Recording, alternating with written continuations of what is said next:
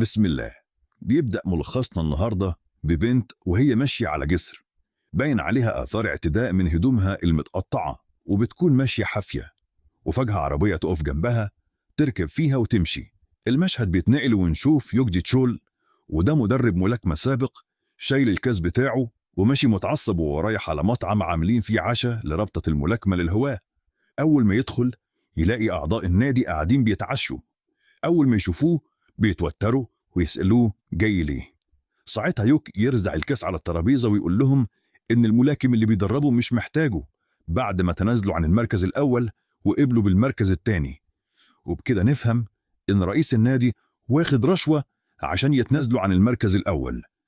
نائب الرئيس لما يسمع الكلام يتعصب ويقوم يمسك يوك ويحاول يضربه، لكن يوجي تشول بإيد واحدة رماه على الأرض. النائب يقوم تاني متعصب ويحاول يضربه من جديد، لكن يوك يديله علقة لحد ما وقع ساكت، والباقيين مش قادرين ينطقوا بكلمة. بعدها يوجي تشول يقول لرئيس النادي إنه استقال ويطلع يسيبهم. تاني يوم أخته تكلمه في التليفون وتزعق له إنه استقال، خصوصا إن المصاريف عليهم كتير، وكمان بعد اللي عمله مش هينفع يدرب تاني. بعدها تقول له إنها لقيت له شغل كمدرس تربية دينية في ثانوية بنات في قرية ريفية، وتأكد له إنها دفعت فلوس كتير عشان الشغل ده، وتطلب منه ما يعملش مشاكل. يوجي تفول يرد عليها إنه خلاص في الطريق وقرب يوصل للقرية، ويطمنها إنه مش هيعمل مشكلة. وهو سايق عجل العربية ينفجر، فيوقف عند مدخل القرية وينزل يتفقد العجل. بعدين يتصل بواحد يعرفه عشان يجي يساعده في تصليح العربية. وأثناء ما هو مستني المساعدة يلاحظ لوحة إعلانات كبيرة عليها صورة بنت مفقودة، لكن حد كاتب كلام سيء ومخربش على الصورة. يوكي يتضايق جدا ويحاول بمنديل يمسح الكتابة بس ما يقدرش. ووقتها نعرف إن اسم البنت هو هان سويون. بعد شوية يوصل الشخص اللي اتصل عليه يوك وياخد عربيته ويدخلوا القرية. يوكي يلاحظ إن القرية هادية جدا، وكمان يشوف إعلانات لمرشحين سياسيين، فيفهم إن الانتخابات قربت. ولما يوصل لورشة التصليح يتصل بصاحبه اللي ساكن في القرية اسمه دونج، فيديه عنوان الورشة اللي هو فيها. وأثناء ما بيتكلم معاه يوكي لاحظ مجموعة بنات بيتنمروا على زميلتهم كونغ يوجين، واللي كانت بتعلق منشورات عن صديقتها المفقودة واللي هي صاحبتها الأنتيم هان سويون. لما يوجين تسمع الكلام اللي زميلتها قالوه عن صاحبتها تتضايق جدا، خصوصا لما يقطعوا المنشورات ويكتبوا عليها كلام مش كويس. ساعتها ما تقدرش تمسك نفسها وتروح تضرب واحدة منهم. وقبل ما البنت التانية ترد عليها يوجين تمسك حجر وتهددها انها تضربها بيه. في اللحظة دي يوكي يتدخل ويحاول ينصحهم يوقفوا، لكن البنات يرفضوا يسمعوا كلامه ويقولوا له ما يتدخلش بينهم.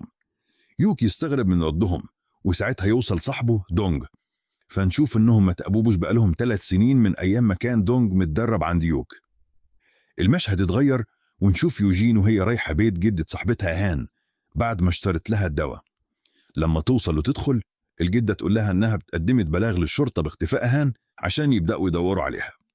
بعد شوية يوجين تدخل أوضة هان وتفتكر ذكرياتها معاها، ونشوف إن هان كانت بتحب الرسم جدا، خصوصا رسم الفراشات، لأنها كانت شايفاها جميلة وبتعبر عن الحرية. وقتها يوجين توعد نفسها إنها ما تستسلمش لحد ما تلاقي صاحبتها، وهي بتشوف حاجات هان تلاقي كارت الحانة فتاخده معاها. بالليل نشوف يوك بيتدرب على الملاكمة، وفجأة يسمع صوت صراخ. يروح يشوف إيه اللي بيحصل، ولما يطل من البلكونة يشوف مجموعة أشخاص خطفوا بنت وبيجروها للعربية غصب عنها. المشهد ينتقل ونشوف رئيس العصابة في القرية بيسأل رجالته عن الشغل في الحانة ماشي ازاي. في الوقت ده يتصل بيه مساعده وهو نفس الشخص اللي خطف البنت، ويقول له انه مسكها وانهم دلوقتي بيعلموها الأدب عشان ما تهربش تاني. الرئيس يرد عليه ويقول له ان بكرة جايين ناس مهمة على الحانة ولازم يجهزوا كل حاجة كويس، وكمان يأمروا يجهز هدية ليهم. المشهد يتغير ونشوف يوجين وهي راجعة بيتها، لكن تحس ان في حد بيراقبها فتخاف، تجري بسرعة وتروح ناحية الأتوبيس تركب. ولما يبدأ الأتوبيس يتحرك تبص من الشباك وتشوف شخص مقنع واقف في الطريق وباصص عليها. اليوم اللي بعده نشوف يوك في المدرسة اللي هيشتغل فيها، واللي بتكون نفس مدرسة يوجين وهان. المدير يفرج يوك على المدرسة والمرافق اللي فيها، ويقول له انه مكلفه يجمع رسوم التسجيل المتأخرة من الطلبات، كمان يعرفه انه عينه عميد للطالبات ومدرس رياضة. يوكي يقول له انه هيعمل اللي يقدر عليه، ويحكي له انه زمان كان شغال في جمع ديون بطاقات الائتمان. المدير بعد كده ياخده على مكتب المدرسين. يوكي يبقى متوتر وهو بيتعرف عليهم، وبعد ما المدير يسيبه يمشي المدرسين يعرفوه على مكتبه. هناك يقعد جنبه مدرس الفنون جي، فيحاول يوكي يتعرف عليه، لكن جي بان انه شخص انطوائي جدا وما بيتكلمش كتير. بعد شوية يوكي يبدأ شغله في جامع رسوم التسجيل، يروح على المطعم وقت ما البنات بيكونوا بيتغدوا ويبدأ ينادي على أسامي الطالبات اللي متأخرين في السداد. الطالبات تستغرب منه جدا.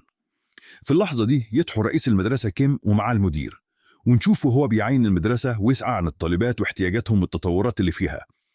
هناك يتقابل مع يوك ويرحب بيه كمدرس جديد في المدرسة، وخصوصا لما يعرف انه بطل اسيوي سابق ومدرب ملاكمة. بعد ما كيم يخلص جولته في المطعم يروح يوكي يكمل تحصيل رسوم التسجيل من الطالبات. هناك يكتشف ان يوجين وهان في نفس المدرسة اللي بيشتغل فيها. لحظتها يروح يسأل يوجين عن هان ويقول لها ان صاحبتها متغيبة بقالها فترة طويلة، ويطلب منها تقول له سبب غيابها كل المدة دي. لكن يوجين تتعصب وترد عليه ان صاحبتها مش هتهرب وانها هتسدد رسوم التسجيل قريب. يوكي استغرب من رد فعلها ويقول لها انه مجرد سؤال بس عشان يعرف، لكن يوجين تسيبه وتمشي. بعدها نشوفها عند المدرسة المسؤولة عن تسجيل غياب الطالبات وتطلب منها تدور على هان، لكن المدرسة ما تديش الموضوع أي اهتمام وتقول ليوجين تركز في دراستها وتنسى أمر هان لأنها بنت مش كويسة. في اللحظة دي يدخل يوك أوضة المدرسين ويسمع كلام المدرسة عن هان. يوجين تطلع من عند المدرسة وهي متعصبة جدا من كلامها. بعد شوية يوك هو ماشي ناحية الحمام يشوف شخص خارج من حمام البنات فيستغرب، ولما يدخل يلاقي يوجين بتحاول تهرب من المدرسة فيضحك ويقول إنها بنت شقية. في المسا بعد ما يخلص دوامه في المدرسة يوكي يقرر يروح بيوت الطالبات اللي ما دفعوش رسوم التسجيل، وهو في الطريق يلاقي ماكينة ألعاب فيقف يلعب فيها. يبقى مبسوط جدا خصوصا لما يكسب لعبة دب صغير. في الوقت ده تمر يوجين جنبه وتشوفه هو بيلعب فتبص له باستخفاف وتشوفه شخص طفولي وتافه. نسيب يوك في لعبته ونروح ليوجين، نلاقيها بتدور من مكان لمكان على الاسم اللي كان مكتوب في البطاقة اللي لقيته في أوضة هان، وفي نفس الوقت يكون كيم بيعمل خطاب ويعلن فيه ترشحه للانتخابات. وكعادة كل المترشحين يبدأ يشخطف الناس ويوزع وعود عشان ينتخبوه. يوكي يكون بيسمع الخطاب ده وفجأة يلمح يوجين من بعيد فيمشي وراها عشان يعرف هي رايحة فين. بعد شوية بحث يوجين توصل للمكان اللي مكتوب في الكارت، تحاول تدخل من الباب الرئيسي بس تلاقيه مقفول فترجع وتقرر تدخل من باب العمال، وفعلا تتسلل وتدخل. لكن يشوفها مساعد رئيس العصابة ورجالته ويسألوها جاية تعملي ايه هنا؟ يوجين تطلع لهم صورة هان وتسألهم عنها. المساعد يقول انه ما يعرفهاش، لكن واحد من رجالة العصابة لما يشوف الصورة يقول انها شبه بنت اسمها تشايلين. يوجين تسأله تاني بس المساعد يتعصب عليها ويطلب منها تمشي فورا من المكان. في اللحظة دي يوصل يوك ويسألها انت بتعملي ايه في مكان زي ده؟ وأول ما يوجين تشوفه تستغل وجوده وتجري على طول الطابق اللي فوق فيلحقها يوك. رجالة العصابة يحاولوا يمنعوه لكن يوك يوريهم قوته ويدغدغ عظمهم واحد ورا التاني. بعدها ياخد يوجين، وأثناء ما هم بيجروا عشان يخرجوا يوجين تشوف بنتين وتسألهم عن هان، بس يوك يعتذر للبنتين بسرعة وياخد يوجين ويخرج بيها. وفي طريقهم للخروج يمروا جنب رئيس العصابة نفسه. بعد ما يخرجوا يوجين تبدأ تصرخ على يوك جي تشول، وقبل ما تكمل كلامها تلاقي بنت طالع عشان تتكلم في التليفون. يوجين تستغل الفرصة وتسألها عن هان وتوريها صورتها عشان تتأكد. البنت ترد وتقول إنها لسه جديدة هنا وما تعرفش هان، لكن تنصحهم يسألوا واحدة اسمها إيسول وتأكد لهم إنها عارفة كل البنات اللي بيشتغلوا في المكان. بعد ما البنت تمشي يوك يطلب من يوجين ما تتصرفش من دماغها تاني وما تدخلش أماكن زي دي لأنها خطيرة جدا عليها، وكمان يوعدها إنه هيساعدها عشان تلاقي صاحبتها. بالليل نشوف رئيس العصابة قاعد مع شوية ضباط مسؤولين عن قضية هان وبيوزع عليهم فلوس مقابل إنهم يقفلوا الموضوع. في نفس الوقت يوك يوصل يوجين بعربيته لحد بيتها بما ان الوقت اتاخر، وهم في العربيه يوجين تقول ليوك انها تدور على ايسول، لكن يوك ينصحها تسيب موضوع البحث عن هان للشرطه لان ده شغلهم. الكلام ده ما يعجبش يوجين وتتضايق وتطلب منه يوقف العربيه عشان تنزل. يوك يحاول يهديها ويشرح لها لكنها مصممه تنزل. ينزلها يوك جي تشول وبيلف عشان يرجع بيته. في اللحظه دي يوجين وهي ماشيه تلاحظ عربيه سوداء ماشيه وراها، تحاول تطلع موبايلها عشان تكلم يوك لكنها تكتشف انها نسيته في عربيته. تقف شوية عشان عربية تعديها وتطمن، فعلا تعدي لكن فجأة تقف وينزل منها شخص مقنع ويجري وراها عشان يمسكها. يوجين ما تلحقش تهرب لأن الشخص المقنع ده قدر يمسكها. في اللحظة دي موبايل يوجين يرن جوه عربية يوك، ولما يدور على الصوت جاي منين يلاقي تليفون يوجين وأمها بعتلها رسالة ويرجع بالعربية عشان يديهولها. لما يوصل يشوف الشخص المقنع وهو بيحاول يسحب يوجين لعربيته، لكن أول ما المقنع يلمح يوك يهرب بسرعة. يوك ينزل بسرعة يطمن على يوجين وياخدها على المستشفى. هناك يجي ضابط شرطة ورجالته ويسألوها أسئلة روتينية ويأكدوا لها إنهم هيبذلوا مجهود عشان يوصلوا صاحبتها. يوجين تقول لهم إن الشخص المقنع ده ممكن يكون هو اللي خطف هان، لكن الشرطة يطمنوها بكلمتين ويقولوا لها إنهم شغالين على القضية. بعدين يسيبوها ترتاح ويخرجوا. يوك يخرج وراهم ويلمح الضابط بيتكلم مع صاحبه دونج. بعد ما الضابط يمشي يوك يروح يكلم دونج ويسأله إزاي الضابط يحقق في قضية وهو شارب خمرة. دونج يرد ويقول له إنهم في فترة انتخابات والفترة دي بيكونوا بيحققوا براحتهم، وقضية زي دي هتعمل دوشة وتضر المترشحين، عشان كده الضباط بيحققوا بهدوء. يوك يسأله تاني عن تطورات قضية هان، فيقول له دونج إن عشان يتم فتح بلاغ رسمي لازم الأهل يمضوا على طلب بحث وساعتها الشرطة تبدأ تحقيق. ويقول له كمان إن معظم البنات في سنها بيهربوا من البيت. وقتها يوك يتعصب ويقطع كلامه، متضايق من إهمال الضباط ومبرراتهم اللي بيستعملوها عشان يقفلوا القضية. بعد ما يطمن إن يوجين بقت بخير يرجع البيت ويفتح ملف الطالبات اللي متأخرين في دفع الرسوم، يلاقي إن هان يتيمة وأبوها وأمها متوفيين، فيقرر يروح يكلم جدتها. تاني يوم يروح لبيت الجدة ويعرفها بنفسه إنه مدرس هان ويطلب منها تمضي على بلاغ البحث. الجدة توافق وتمضي، ويوك على طول يروح لصاحبه الشرطي ويديله البلاغ. بعدها يروح المدرسة متأخر، ولما يدخل أوضة المدرسين يلاقي المدير عامل اجتماع وبيحذرهم من المشاكل خصوصا في فترة الانتخابات. بعد ما المدير يخرج يوك يروح يكلم المراقبة ويسألها عن هان. المراقبة تقول له إنها طالبة مشاغبة دايما بتتغيب، والناس بيقولوا إنها بتروح أماكن مشبوهة وهي في سنها ده. يوك يتعصب عليها ويشد معاها في الكلام لحد ما يدخل زميلهم ويطلع يوك بره الأوضة. الزميل يقول له يبعد عن المشاكل الفترة دي ويمشي يشوف شغله. بعدها تيجي يوجين ليوك وتسأله عمل إيه في البلاغ. يوك يقول له إنه قدم البلاغ لصاحبه الشرطي ويطلب منها تسيب الموضوع للشرطة، لكن يوجين تتعصب وتقول له إنهم مش هيعملوا حاجة وتسيبه وتروح. نشوف يوجين قاعدة في حديقة المدرسة، فيجي مدرس الفنون جي ويقعد جنبها يحاول يفهم مشكلتها ويهديها. في نفس الوقت الضابط يتصل بدونج ويزعق له إنه رفع بلاغ باختفاء هان ويطلب منه يسحب البلاغ فوراً. المشهد يروح ليوك وهو في استراحة، يلمح دخان طالع من حمام البنات، يدخل ويلاقي شوية بنات بيدخنوا، فيزعق لهم ويطلب السجاير، لكن هم يهربوا بسرعة. يوك يفضل يدور في الحمام عشان يلاقي السجاير. فجأة يلاقي كاميرا مختبية جوه الحمام، ياخد الكاميرا ويروح على مكتب المدير، لكن قبل ما يوريها له المدير يتعصب عليه إنه قدم بلاغ عن هان ويقول له ما يتجاوزش حدوده ويخليه في نفسه. يوك يتراجع وما يديش الكاميرا للمدير وياخدها ويروح مكتبه، يفتحها ويطلع كارت الميموري ويتصدم لما يلاقي الشخص اللي ركب الكاميرا كان لابس جاكيت عليه ألوان، فيبدأ يشك في المدرس الفنون جي. تاني يوم جي يكون في مكتبه بيستومل اللابتوب. أول ما تقرب منه طالبة بيقفل اللابتوب بسرعة، بعدها ينادي عليه زميله ويطلب منه مساعدة فيروح معاه. بعد شوية يوصل يوك يلاقي أوضة المدرسين فاضية، ويلاقي جاكيت جي وعليه ألوان زي اللي شافها في الفيديو. يفتح اللابتوب بتاعه ويلاقي فيديوهات ورسائل بينه وبين هان في نفس يوم اختفائها، وكمان رسائل مع طالبات تانية. يوك يتصدم ويخرج بسرعة من المكتب ويتصل بيوجين، لكن هي ما تردش. لما تركب يوجين مع جي في عربيته يوك يفضل يتصل عليها كتير لحد ما ترد عليه أخيرا، يحكي لها على المعلومات اللي اكتشفها عن جي ويقول لها إنه آخر شخص شاف هان يوم اختفائها وهو شخص منحرف لأنه كان مركب كاميرا في حمام البنات. يوجين أول ما تسمع الكلام ده تتوتر جدا، بس ما بينش قدام جي عشان ما يشكش فيها، ولما ما تردش على يوك على طول يفهم يوك إنها مع مدرس الفنون فيسألها إذا هي معاه فترد عليه بنعم. ساعتها يوك يقول لها إنه جاي وتقفل الخط بسرعة.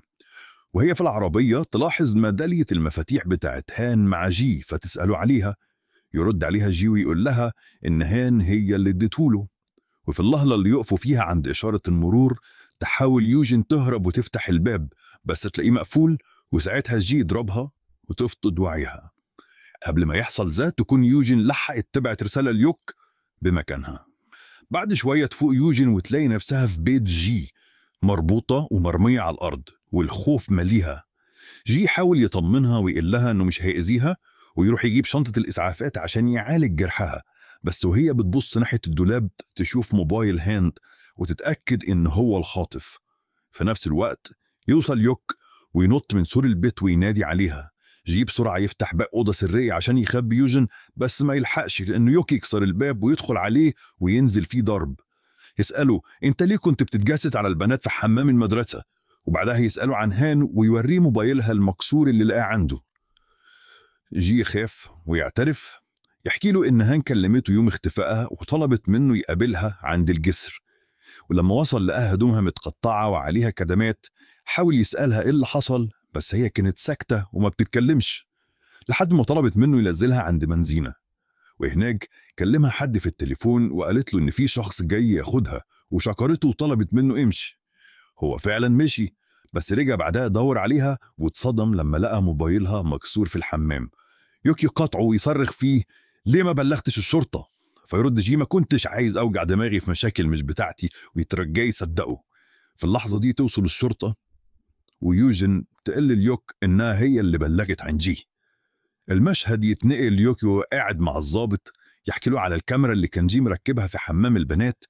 لكن قبل ما يكمل كلامه موبايل الضابط يرن، وأول ما يشوف الرقم يتوقر جدا ويقول له يوك احنا هنتصرف ويمشي.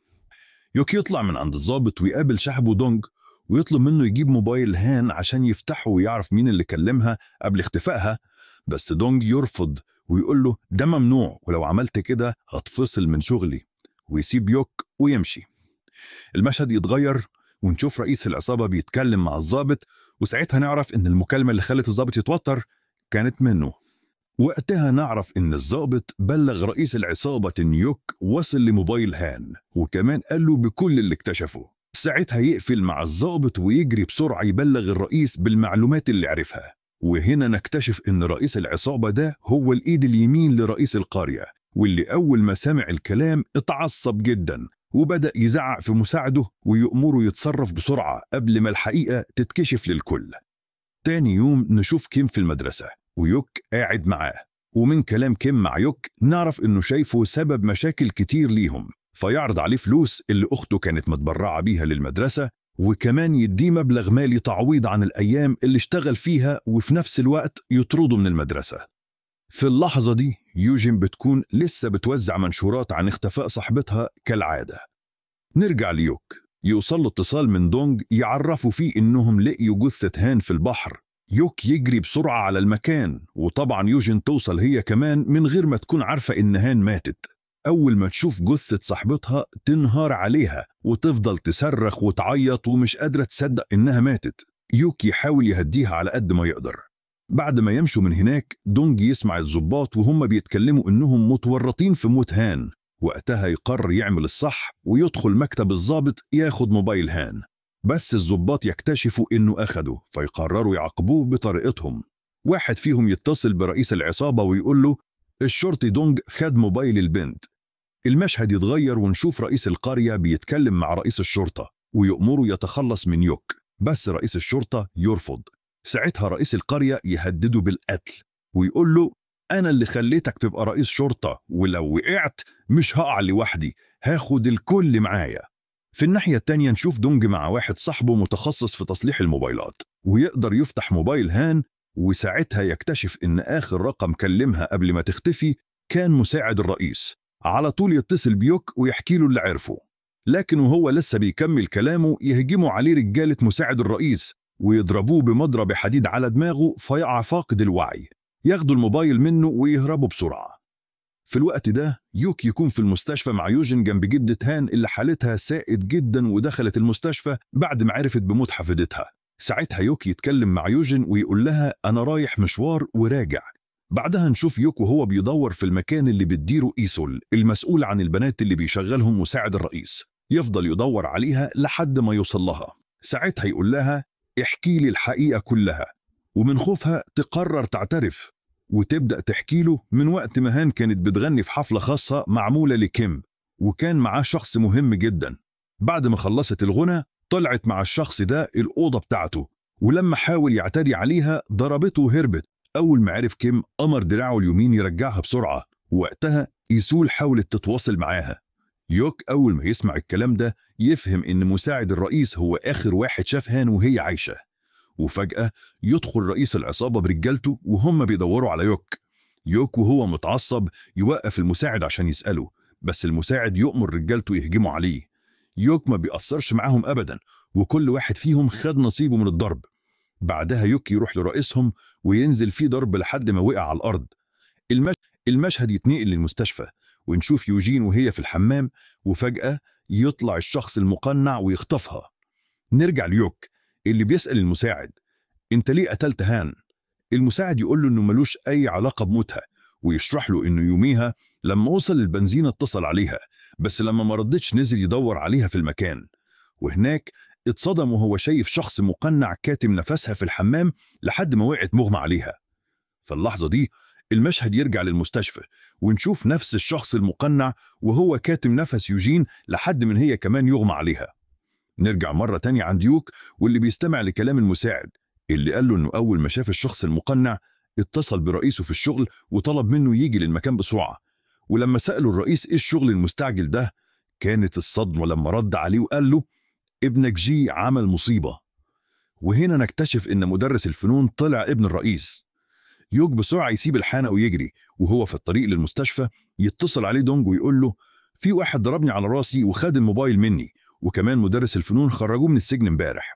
المشهد يتنقل ونشوف يوجين في أوضة مليانة رسومات وجنبها جي مدرس الفنون. ساعتها يوجين تخاف جدا. المشهد يرجع ليوك ووالدة يوجين تتصل بيه تسأله عنها، هو يقول لها هي في المستشفى، بس الأم ترد: أنا وصلت المستشفى وما لقيتهاش. المشهد يتغير ونرجع ليوجين مع كيم اللي يقول لها انه مش شبه ابوه وانه بيحبها.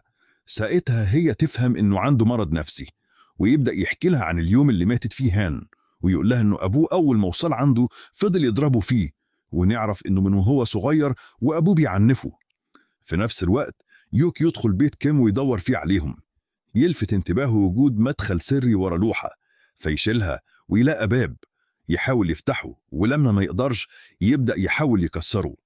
في نفس اللحظة نشوف باب الأوضة اللي يوجين محبوسة فيها كأن في حد عايز يفتحه.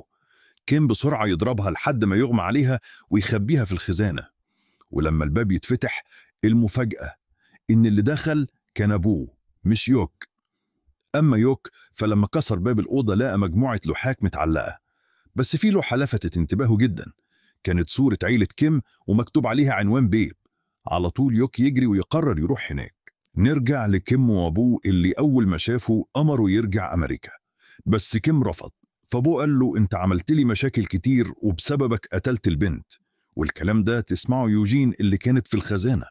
وقتها نعرف الحقيقة إن كيم لما كان كاتم نفس هان هي كانت لسه عايشة بس مغمى عليها، ولما فاقت طلبت المساعدة من الرئيس لكن هو قتلها عشان ما يفضحوش.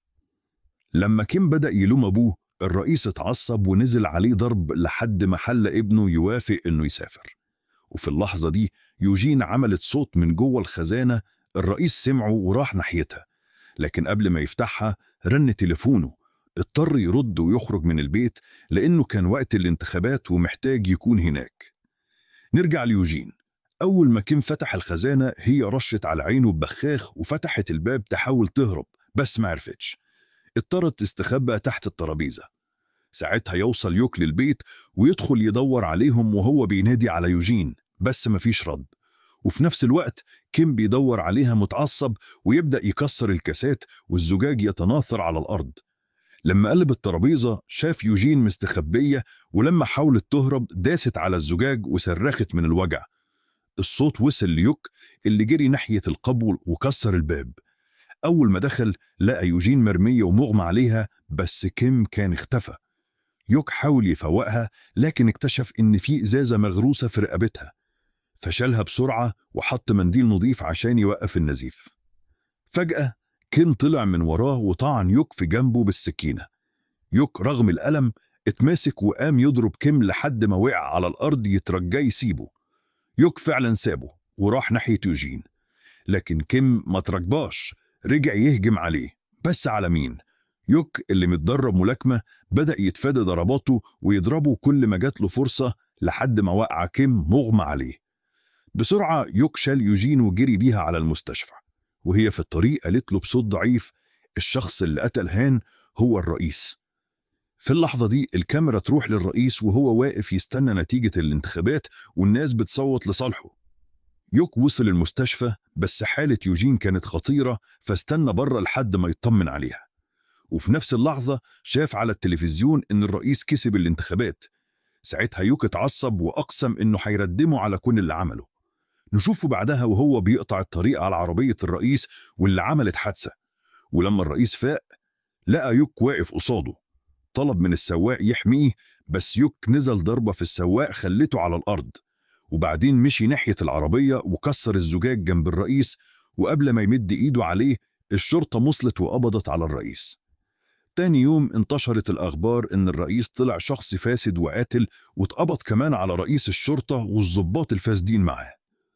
بعدها نشوف يوك وهو بيجهز شنطته عشان يغادر، بس قبل ما يمشي راح المستشفى يزور يوجين وأهداها اللعبة اللي كان كسبها من مكنة الألعاب. وبعدين غادر القرية وهو مطمن إنه جاب حق هان. وبكده يا عزيزي المشاهد نكون خلصنا ملخصنا للنهاردة، والباقي عليك تعمل اشتراك في القناة ولايك وتسيب تعليق حلو منك، واستنونا في ملخص جديد. سلام.